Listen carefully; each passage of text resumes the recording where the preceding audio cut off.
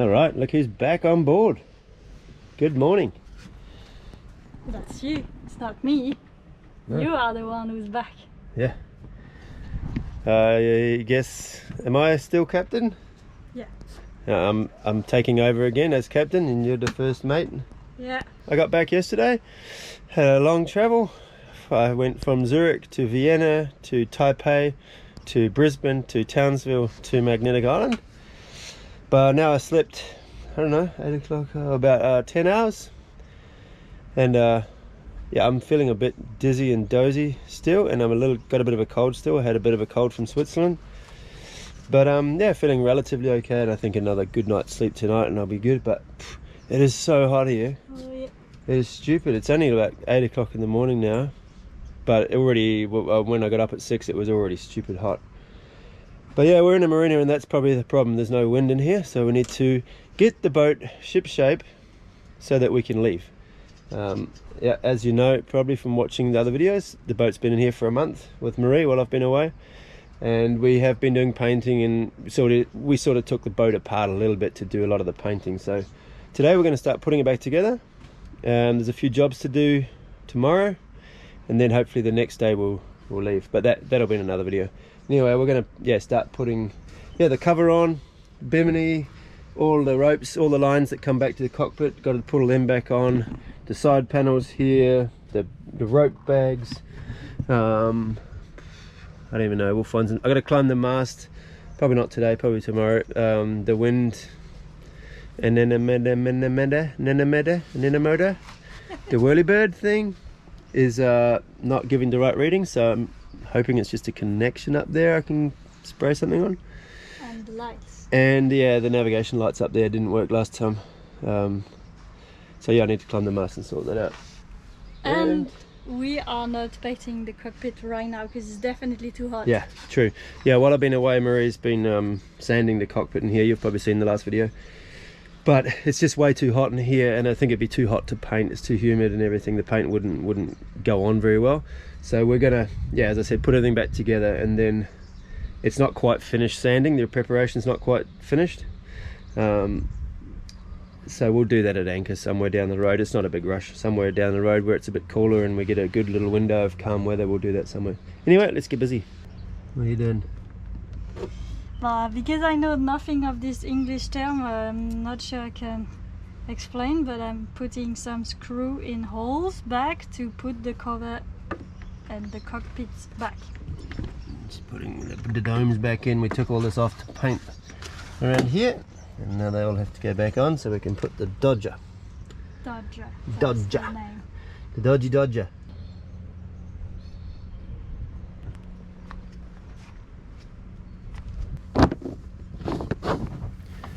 These are all the halyards and reefing lines that go up the mast.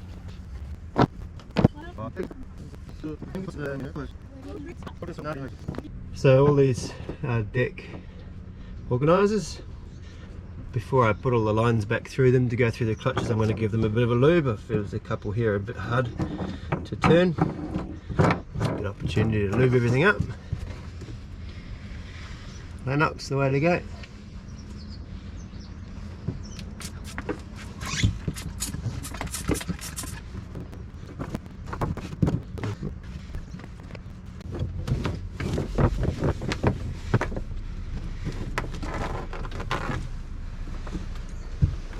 It's not working this one.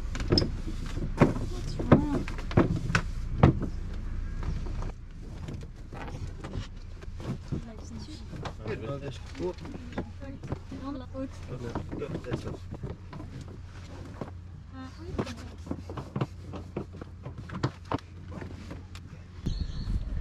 Can sort of understand it. Girl on the boat.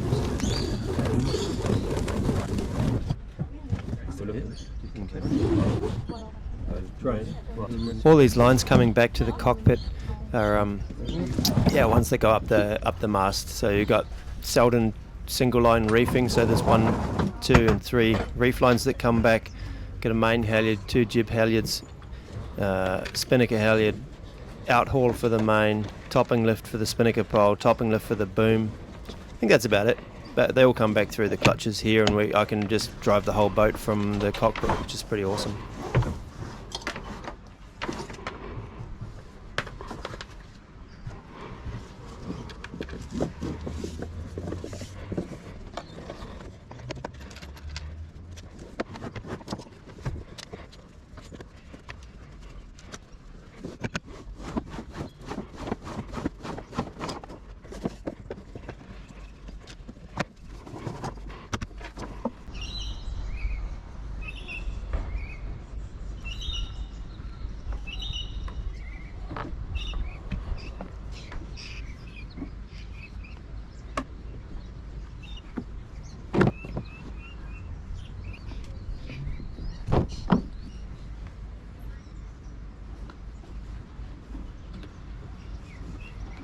I'd also taken off the headsail sheet and also the furling line that goes back to the cockpit, so I had to rethread that through the little pulleys and sorted all that out through the clutch, and that was about it nearly.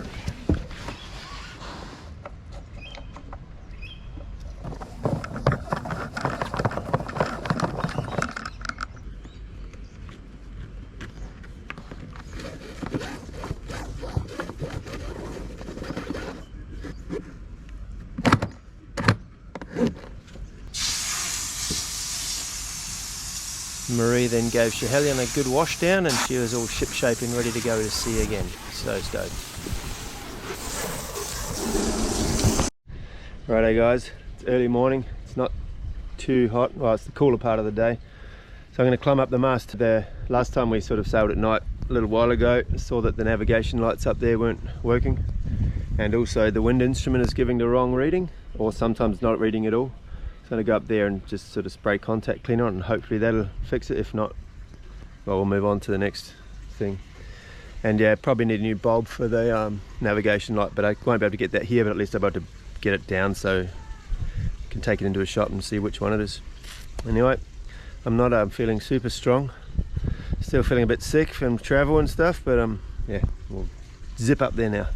So basically when going up the mast, I just climb. I just shimmy my way up, and I've got a harness on and I've got the main halyard attached to that, and then Marie just pulls this, like constantly keeps the slack pulled, so that when I am not going up I'm just resting, so I can just sit there and then push up off my bum sort of and go again. So it sort of makes the climbing easier, although she's not pulling me up, she's just holding the slack. But yeah, I get up the mast a real quick time, and she doesn't have to grind away on the winches pulling me up like a lot of people do. Up at the top of the mast now. And yeah, there was I just taken this off. I couldn't video and do it at the same time. I just don't have enough hands. If I was a little octopus, I would definitely just have a couple of cameras up here, but sorry, yet to evolve that far. Anyway, so I unscrewed this here, this part from the whirlybird, and two of the pins, or one of the pins really, was a bit corroded. So I just sprayed some contact cleaner on that and give it a bit of a rub, and inside as well. And yeah, gave it a test now, and Marie down there said it's yeah, everything seems to be working right. It's 4 knots in that direction. I spun it by hand and it sped up, so it is reacting now to the wind. So yeah, hopefully that's the cheapest, easiest fix in boat history. Took this off. Yeah, this is quite easy to get off. It's just screw in. This is the anchor light, this one. On the top here goes a red and green, you can see here, tricolour, and that bulb was busted. That's sort of an interesting one. I put a LED one up on the top of there when I bought the boat, and then went on my first trip, and the AIS was working fine during the day, and as soon as it got into night and I turned this one on, the AIS was wrong and all over the place, and contacts would pop up and then disappear again, then pop up. And I got to, I don't know, I think Fraser Island or wherever I was going, and I rang up the electric guy that helped me install this stuff. Well, no, he didn't help me, he just sold me the stuff. And I rang him up and told him the problem, and he was trying to figure out what it could be. You know, sort of working through all the things. And then at the end he was like, did you put a LED light on the top of your mast? And I was like, yeah, as a matter of fact I did. And he goes, well, there's your problem.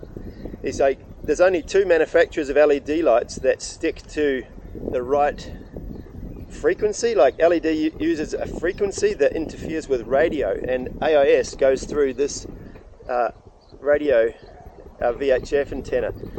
And so most of the LEDs you can buy, Chinese ones, they just use random frequencies and it interferes.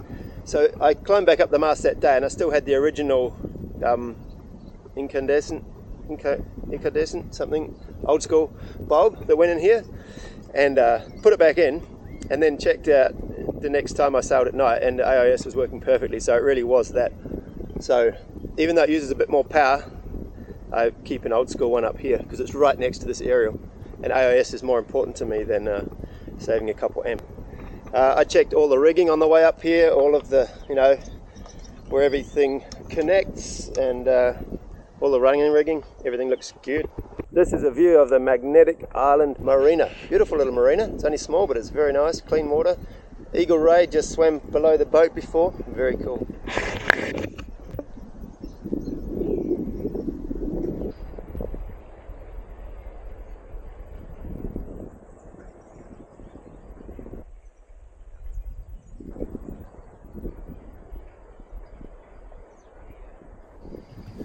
For the descent from the top, Marie just keeps 1 or 2 wraps on the winch, opens the clutch, and then just sort of hand over hand lets me down.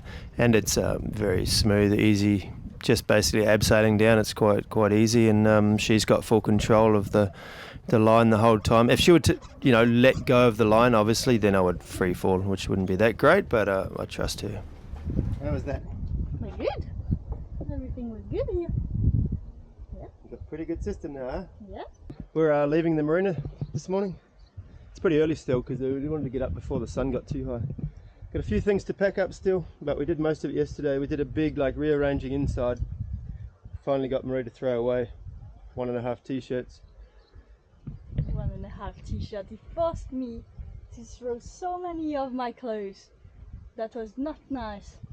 But not throw, I'm giving it to Vinny's. I'm not the kind of, if they are in good We're shape. giving them to a second-hand shop, and I would say I forced her to get rid of 3% of her clothes. No. It's a lot, but it's still only a small percentage of the total. And I got rid of maybe 40% of mine. Amount of clothes than me. Come on. I probably do have the same amount, but I'm much bigger, so it's obviously I need double as much. It's covering me more. Yeah, my bag is full like yours, but my clothes are double as big, so it's only half as many clothes. You don't do the maths? I'm not sure about that. Yeah. Anyway, alright, we're going to start clearing the boat up and getting ready, getting a ship shape. It feels strange. Leaving the marina, it's too hot. Yeah, finally leaving the marina. It's been an awesome stay in here. Well, I've only been here a couple of days, but Marie's been here ages, but it's just too hot in here. At anchor, you're swinging around and you're getting the breeze coming through the boat. In here, it's just the wind might come from the side and we don't get anything in the boat. And anyway, obviously the marina is put in a place that is protected from the wind. So yeah, we're going to head around the south and anchor there, I think 2 days. And then we're sailing, I don't know, 120 miles or something south, but that'll be in another video. All right, we're going to get busy. We are ready to leaving the marina, the Magnetic Island Marina. We're gonna go not so far today, just Picnic Bay, the next bay. But we're gonna sail a little bit, even if we could just avoid it, but just to check everything, because we didn't use the sail for quite a while, and we took off all the ropes and things and we put it back, so we want to be sure everything is working. Yeah, when we painted the decks, we took a lot of the hardware and stuff off and took all the lines and ropes and everything out. So it's going to go for a quick whiz around. Well, I'm not even sure there's wind out there, but we'll pull the sail up and just try and go for make sure everything's working, because we're doing a 24-hour passage next and I don't want to be in the night time with things falling apart.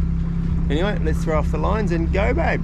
We're so happy to get out of here and be on anchor again and be able to just jump over the side and have a swim. And marina life is not for us. Alright, so we've just made an executive command. Marie's going to take us out of the marina today. It's her first ever time. It's not we, it's him.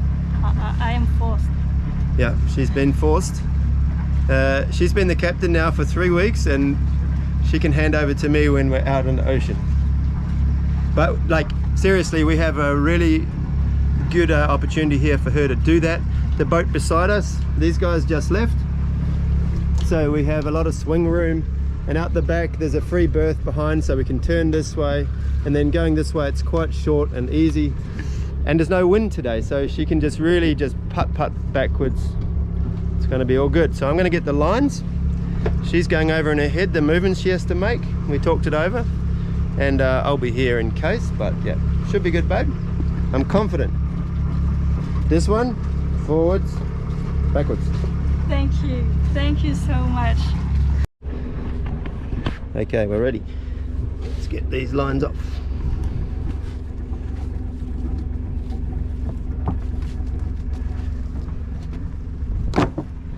Okay, this rope is off. All right, you can drop that. Just leave it there, I'll sort it out. Oh yeah, that's good. All right, now in reverse.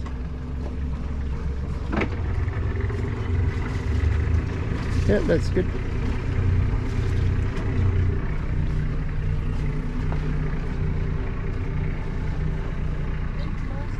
Oh, you're good. Start turning, full turning now. You can even slow down a little bit more than that. Okay, you're going the right way. All right, you can put it in neutral now. See, we're going back fast enough. You go straight now, don't go too close to this boat. Yeah. A bit more backwards, one more burst, reverse. Just give it a bit of a like. Okay, turn a bit more now.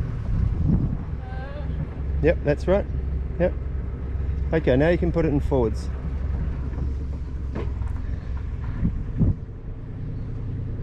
A bit of power now just to get it moving.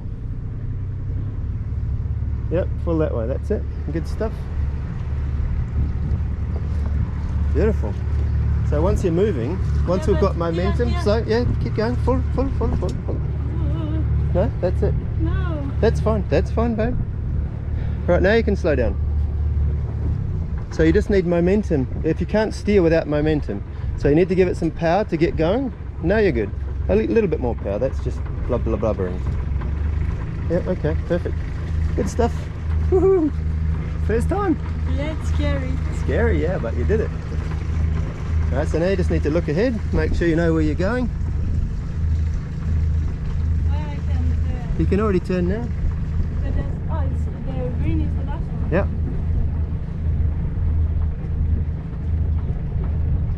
Beautiful.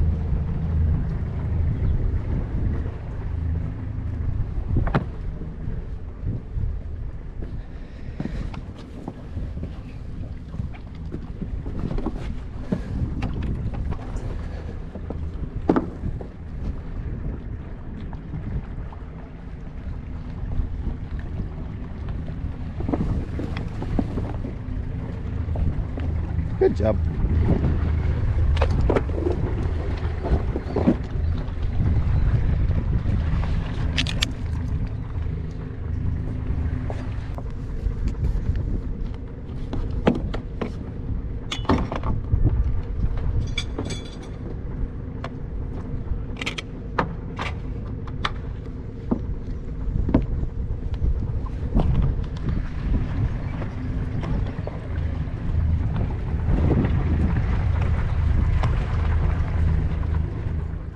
We wanted to tell you about our plans.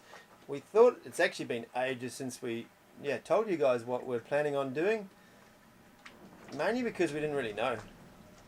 We came from Indonesia to Australia and enjoying this part of the east coast, Whitsundays, all of that, and well, main priority was refitting the boat, and then in between doing all this, which is what we've done. It's November, we are heading south because it's cyclone season. Actually, the last couple of months we've been looking for a new boat. We've been all over the place in our minds, and then just a couple of days ago we sort of sat down and we're like, no, let's just do this, and we came to a plan real quick. Yeah, but even about Australia, we were not even sure if we're gonna do the whole turn around Australia, which coast, anything. And yeah, I would like to see more of Australia. We were knowing that we're gonna vaguely go to New Zealand, but that's all, and now we have a proper plan. So yeah, we're in basically Early Beach. We're going to stock up in the next few days, and we're heading south. Everything south of everything south of the Whitsundays, Marie's never seen before. and I haven't seen for 5.5 years now. So we're really looking forward to that. Catching the northerlies when they're blowing, stopping and doing things. But obviously there's a few highlights we'll stop at. We want to, we're going to go past Lindeman Island, which is still on the Whitsundays, but that's where I got my first camera and started teaching myself how to take photos, which has obviously influenced my whole life and brought me here today.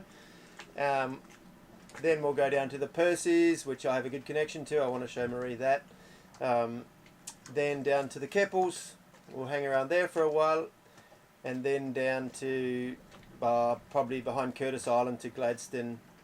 And then waiting for a window there, probably go out to the reefs to end up in Musgrave. Musgrave's a place I've talked about a lot to Marie and told her about. Definitely want to show her that. Maybe into Pancake Creek, maybe into 1770, see how we go. Maybe up the Burnett River to Bundaberg. These are sort of cool things to do. Also Fraser Island, Sandy Straits, Tin Can Bay. All depending on weather, obviously. If we're running out of time and it's a real good northerly, we might skip a few of these things. But there are quite a few of you, especially Tin Can Bay. I know there's a couple of my patrons and followers there, and you guys have yelled out and said if you're coming by, stop in. Love to meet you guys. Definitely Burnett Heads, there's somebody there. Yeah, I don't know, there is a few. I've got a little list of people who have written to me and said if you're coming here, stop by. So I'm going to consult that on the way south. And if there are any more of you who are interested to meet up with us, or shout us a beer on the way past, yell out, sing out in the comments below, actually, because we're definitely super happy to meet people all over the place. It sort of gives us our in a local place to sort of maybe discover something new or meet people, so that would be cool. And from Fraser Island, basically, you would just pin it down to Moreton Bay. Want to be down there by the middle of December. It's my older brother's 50th. Probably stay there for Christmas. Go down to Manly in the south end where I bought the boat. Hopefully meet up with the guy I bought it off, John, would be nice. And also got a few more friends and fans and patrons down that end of the bay. Go down to Southport, down the inside probably, down to Gold Coast. Got a lot of friends down there I want to see. And then from there, I've never sailed south of there, so I haven't really looked that much on the maps. But from what I've heard, there's a current running south. We'll pick up a northerly and we'll probably pin it all the way down to Pittwater or I don't know, whatever the entrance is that goes to Pittwater and up to Hawkesbury and that sort of area. Definitely want to explore that a little bit. There might be Ballina or there might be some other places on the way where the weather's good and we can get in, but we'll see. If we go fast enough, we might even get down there for New Year's, but that's of no concern really. We'll get there when we get there. Spend some time, few weeks around up in, I know nothing about these regions, but I've heard that the Hawkesbury is beautiful and this whole sort of big bay up in there is nice, so spend as long as it takes up in there. My cousin / uncle, I call him an uncle, Patrick, owns a boat up in there, and I've actually been with him on a little overnight trip, so he can definitely give us some tips and probably some other people that can help us out up in there. Go down and out again and go into Sydney Harbour. Definitely, I've never sailed in there. It would be cool. Sail under the harbour bridge around there. You've never seen Sydney. You looking forward to that part of it? Yeah, because I'm curious, and I suppose in Europe we are hearing more about Sydney than some other places, but I'm not really a huge fan of big cities, Yeah. so I'm gonna be curious, but yeah, I don't know. Yeah, we'll spend enough time. We've got time. We'll spend enough time, and then from there, again, I know nothing about that coast, but it doesn't seem like there's many places to stop. Definitely stop at Eden. The goal is to get down to Tasmania for summer. There might be a few places to stop along the way. Obviously, it would be awesome if you guys, I know a lot of you watch this channel, do this trip probably coming up from Melbourne or Tassie or wherever it is that you come from, and go north every year, do this trip. So any tips or good anchorages, good places to pop in would be super cool. I have just vaguely looked at the maps. Obviously, as I get closer, when we get to Brisbane, I'll start looking at them more. But if we already got some tips from you guys, that'd be cool. Buzz across. Obviously, I guess Eden's a good place to wait. I don't know, maybe there's even a better place on the corner there, the bottom of Australia. Anyway, wait for the right weather window, cross Bass Strait, down to Tasmania. And again, I've not really looked at the maps. I know Hobart and places like that, but from what I've seen on the maps, there's lots of little places to discover. Hopefully the weather's good. And yeah, probably spend 3 or 4 months down there, maybe till April when the south winds start again. And I mean, that's a sort of pretty solid that we're going to do that. And then the rest of this plan we'll tell you about is a little bit more what we'd like to do. And what it seems pretty solid, and it seems pretty good, the plan. Anyway, you guys let us know. As you said, it's solid, but it's gonna also depending, like, because we are planning next to go to New Zealand, Tasmania gonna be kind of a training. I'm gonna see if I'm feeling okay, what's gonna be the weather, it's gonna be more rough, more cold, so it's gonna be a bit the training, and depending of that, if we are feeling comfortable with that, we're gonna normally going to New Caledonia. No, first back up to Sydney. Oh, yeah, but Well, we're not going to leave from Tasmania. no. We'll go back up to Sydney, clear out of there, and then over to Namia. It's about 1,100 miles. But when the trade winds have started, from Sydney to Newcastle, seems like a pretty good angle, seems pretty good. It's a couple hundred miles longer than if we would go from Brisbane, but it's a much better angle, I would assume. And spend a few months there around Newcastle, enjoying the warmth again. And then from there down to New Zealand. That's about 850 miles down to New Zealand. It would be shorter, obviously. That's a big detour. It would be shorter, obviously, to go from Sydney over to New Zealand. It would cut about 1,000 miles off doing that big zigzag. But we don't really want to get to New Zealand in April or May, because it's just getting cold in New Zealand, and I don't know, it doesn't really seem much point. My real goal is to circumnavigate New Zealand. I grew up in New Zealand, but in the northern tip of the South Island, so in the middle of New Zealand basically. I would like to start in Auckland, go down all the way down around the South Fjordland, all through there, Stewart Island, back up the east coast, past Dunedin, Christchurch, up into Marlborough, all the Marlborough Sounds, the whole region I grew up in, Golden Bay National Park area, Abel Tasman, then back up the top of New Zealand. And if we've got time, I'd love to go out to Chatham Islands, which is about 300-400 miles offshore. That would be super cool, like really, really small little community out there. No one ever goes. That's sort of the plan for New Zealand. So, because we're going to go right down south of New Zealand, we want to be down there in summer, which is, December, January, February, down there. And so if we were to go from Sydney to New Zealand straight away, we'll arrive there in the end of April, and then we've still got the whole winter where we can't really do much apart from stay up the north end of New Zealand, which I'm sure is beautiful, but we will have time to do that anyway. So going to New Caledonia on the way and spending 3-4 months, even though it's 1,000 miles out of our way in theory, neither of us have been there. She's French, I've got a Swiss passport, we won't have any problem with visas there, and yeah, it must be pretty beautiful. I mean, not Namia I've heard, but all the islands south of that. So that sounds like a good plan. Seems like a relatively easy passage. 1,100 miles, it's about 7 days with good wind.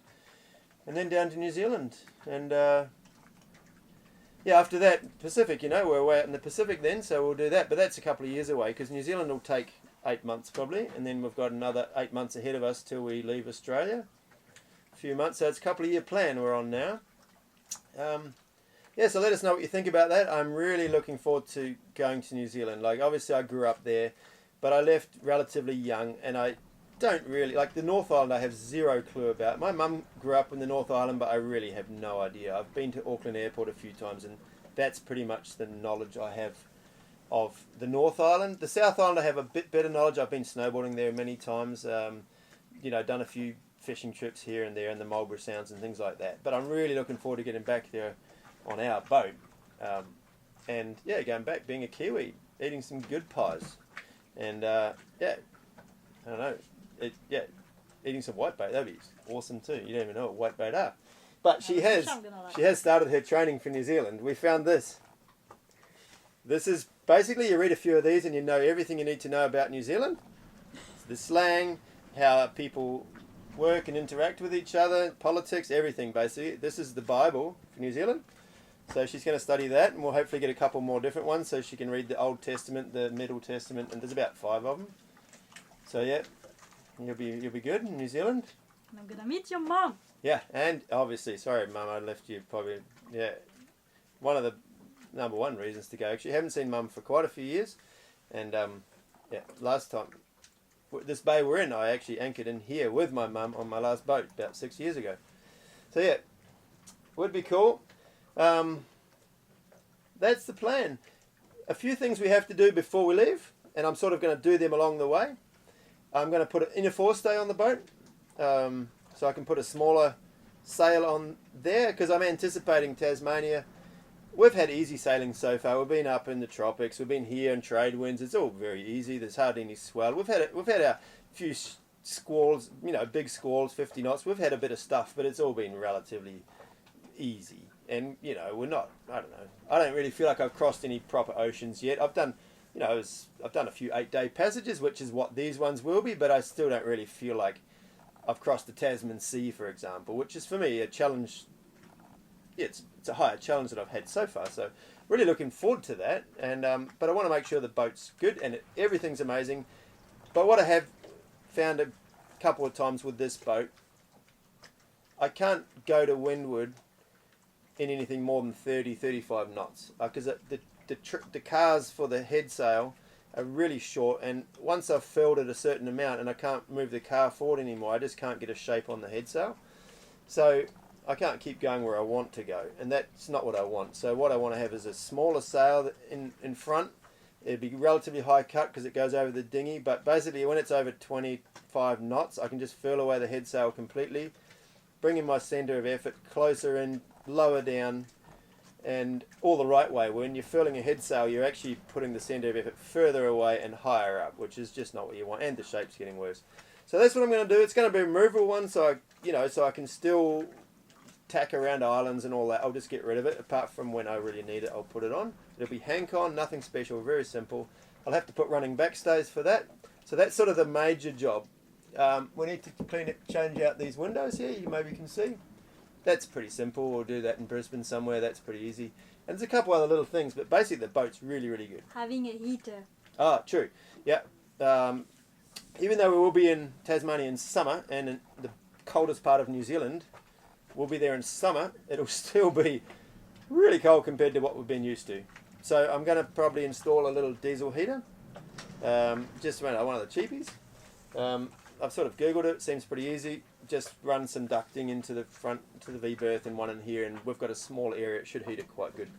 Other than that, we won't be in real cold. We don't have to worry about water tanks or anything freezing. It won't be anything cold like that.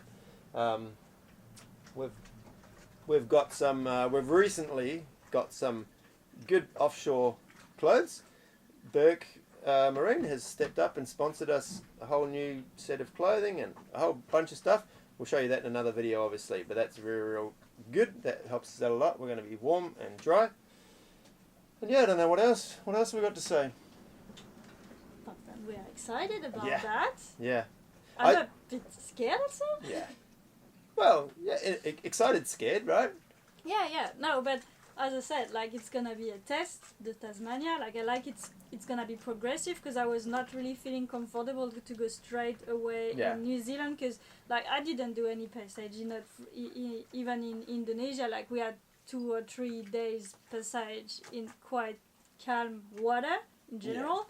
And I didn't do much, so it's good. I'm gonna have some training in Tasmania, and I'm gonna see how I am feeling and deciding if I am following Vernon for passage or maybe just flying, because depending how I am comfortable. Yeah, there's still that option. If she's really like seasick and really just not feeling it, I sort of think the Tasmanian stuff will be a bit of a warm up, because it will be rougher down there. There'll be bigger swells, all that sort of stuff.